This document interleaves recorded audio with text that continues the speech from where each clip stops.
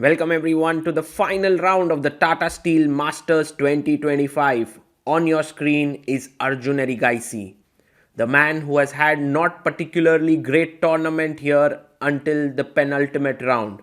But in the previous round, he has just beaten Nodirbek Abdusattorov. And now Arjun, who is also called as the madman by Magnus Carlsen for a reason, takes on the world champion Domaraju Gukesh. Gukesh enters in. He's leading the tournament along with Pragnananda. It's a very big game for Gukesh. He takes his chair. This is the battle of the two youngsters, the two top talents of Indian chess. They played against each other several occasions. They even indulged in a death match against each other back in 2022. And now they're back on the board. Arjun has had a relatively good score against Gukesh. But will that continue here? Especially with the fact that Arjun is not particularly in great form and Gukesh is in absolutely scintillating form. Since becoming the world champion, Gukesh hasn't lost a single game of chess. And that is incredible.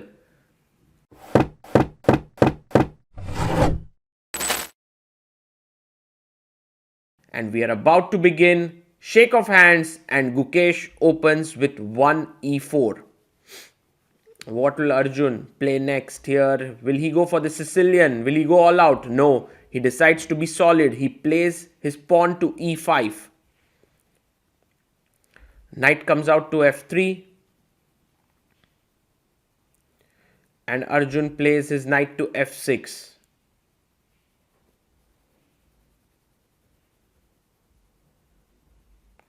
Gukesh takes, knight takes e5. We have the Petrov defense on the board, and this is quite a surprise from an opening decision by Arjun, but maybe he just wants to be solid today. d6 attacking the knight. Now getting back your knight to f3 is the main line, but Gukesh brings his knight to c4. He's going for something a little offbeat. Could be his world championship prep, especially because when Ding played the French defense, it was transposing into the Petrov. Queen e2 played, pinning the knight here. You have to unpin. And Queen e7 played here by Arjun, breaking the pin. And now the knight comes back to e3. So, in a way, you have avoided the trade of knights. The knight goes back to f6.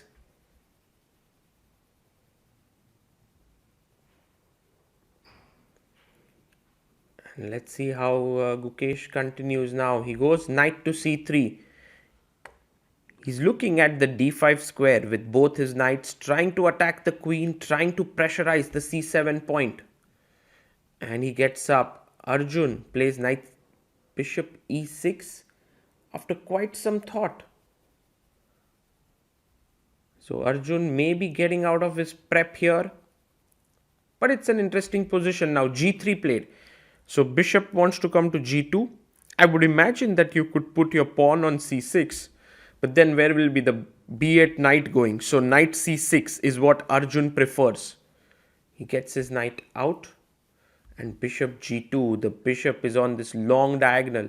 I already see potential in white's position. But black is developing pretty quickly. Plays queen d7, very important move, because queen b5 was a big threat, attacking b7 and also c6. So that's a good move there.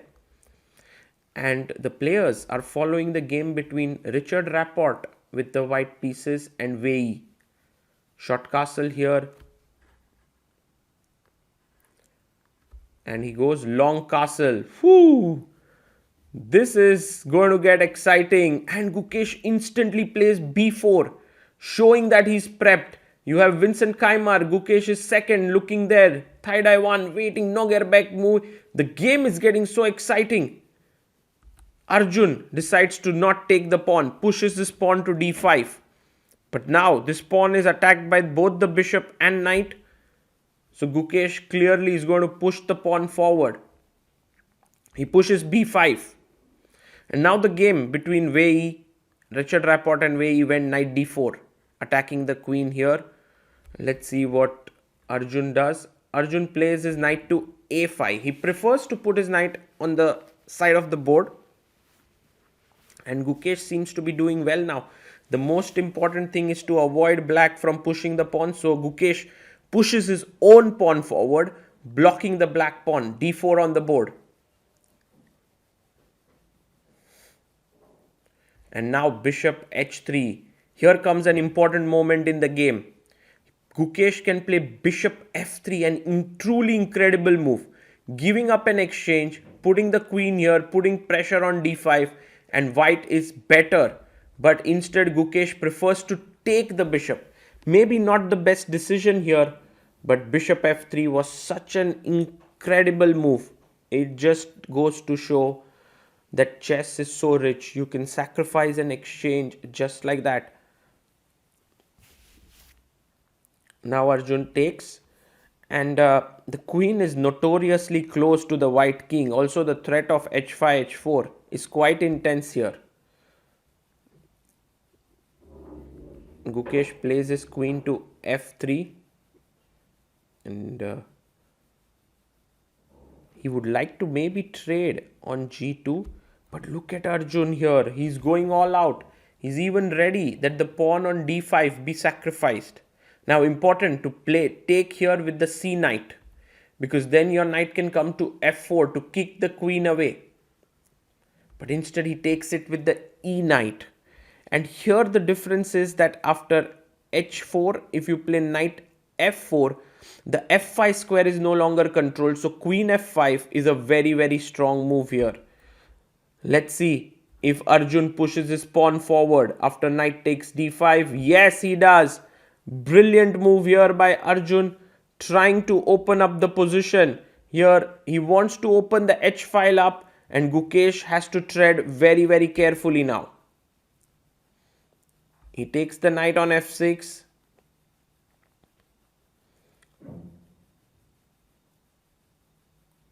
And Arjun is thinking what to do next. He takes back.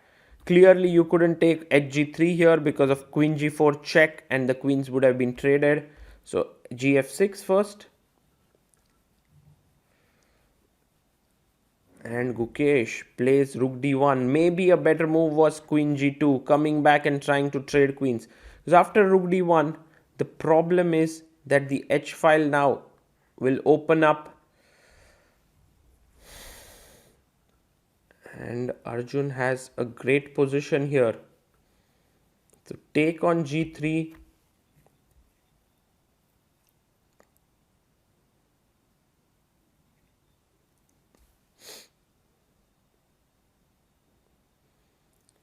H takes g3, taken here.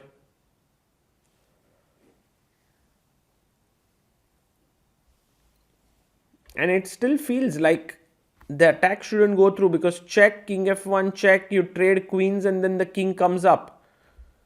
But knight c4, beautiful move by Arjun, getting the knight into the game.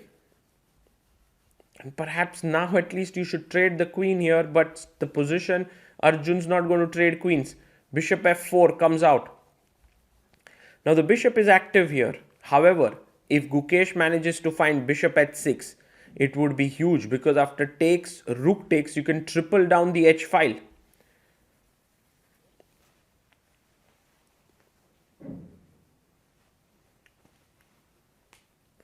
Arjun thinks for a bit, finds the move. Man, Arjun is in such good form suddenly. Like, you might think he was in the most terrible form in first 11 rounds.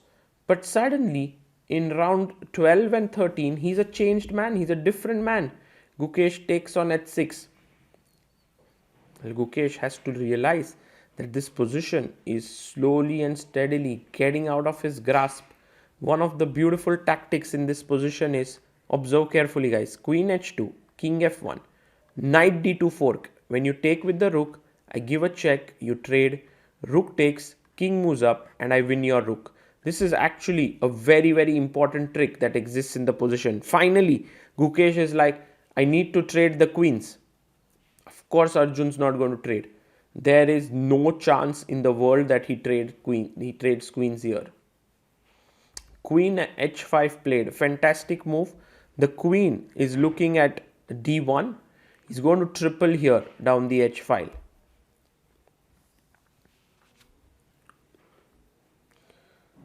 Rook comes to b1.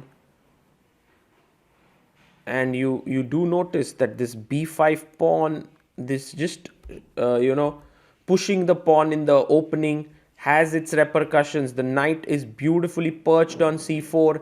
The major pieces have tripled down the h file. And Arjun is super confident here. Gukesh, down to 11 minutes, plays rook b4, attacking the knight here. Now you can play knight a3, but there's also a chance to go back to d6. Maybe going back to d6 makes more sense. He goes knight a3. He is attacking the pawn on c2 here. But also the b5 pawn is hanging if the rook moves. Let's say rook a4, knight b5. You can't take because d1 is hanging. He goes b6. Gukesh trying to create as many problems as possible. If a b6, there is rook a4 attacking the knight and a8 check. So very nicely Arjun takes it. C takes b6. If you push the pawn forward, there is this beautiful move queen e5 attacking the knight and then preparing rook h1. So Gukesh goes rook a4. He doesn't push his d pawn down the board and he's attacking the knight. Arjun brings his knight back to b5. Fantastic move once again because clearly you can't take the knight. d1 is hanging, so you need to maybe give rook c4 check. He plays rook d3. And if knight takes c3, he would like to play rook takes c3 check. How clear is this position? Well, he takes on c3.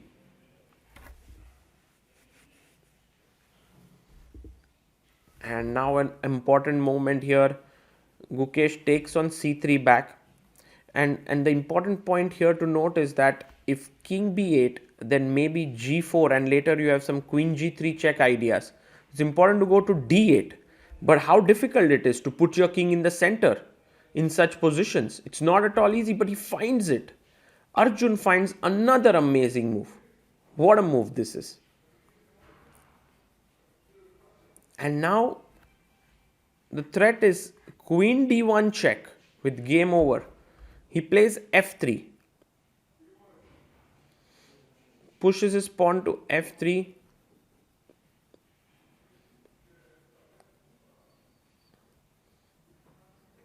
And the queen moves to b5.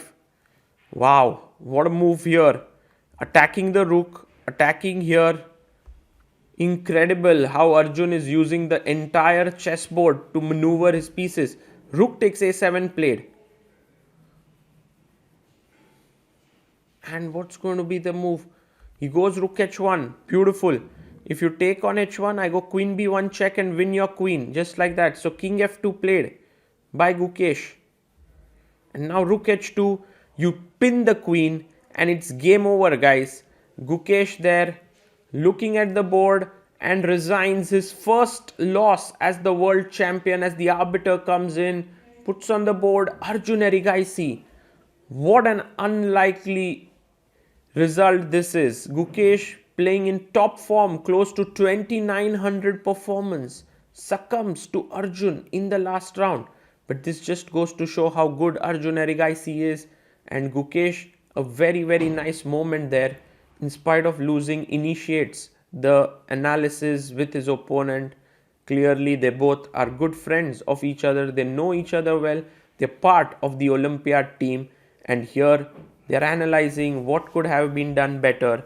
But one thing is for sure, after the opening where Gukesh missed this opportunity with bishop f3 to sacrifice an exchange, he landed up in a very difficult situation. He had to lose the exchange there, and there you can see Arjun and Gukesh analyzing closely. Now, the way in which things shaped up is very exciting. Arjun did beat Gukesh, but did Gukesh lose his opportunity to fight for the title? Not really, because Vincent Keimer, there the arbiter asks the players to just talk a little softly because the other games are going on. Vincent did beat Pragnananda, and because of that, the scores were then again tied. Hari Krishna drew against Nodirbek. So at 8.5, Prag and Gukesh once again fought against each other in the playoffs, and in the end, it was Prague who emerged victorious. But for Gukesh, this will be a memorable event because after becoming the world champion, he did show fantastic chess. And by the way, the arbiters asked the players to stop analyzing or at least talk softly, and both Arjun and Gukesh just can't get out of the prep. They are so deeply embedded into the game. For Gukesh, it's interesting to know what he could have done better.